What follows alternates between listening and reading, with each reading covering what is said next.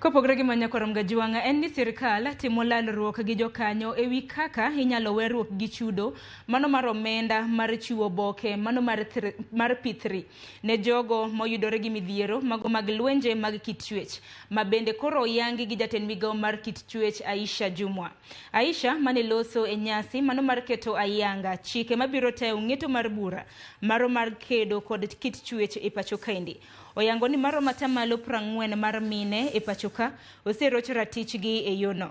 Jatend jotije e doho Ros Wachuka okoni e buche duto ma itero ka obila kaka mag kedo kod kit chwech atamala par kende ema chopo e nyim doho ka ginwero magikoni nyalo bedo ni nyayo timbe makamago.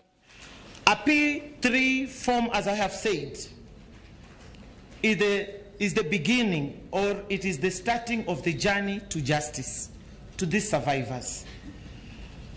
So if they are asked to pay 1,000 to 3,000, depending on the police station where these survivors will report, is actually to re-victimize that person who is already victimized. And therefore, I would request that this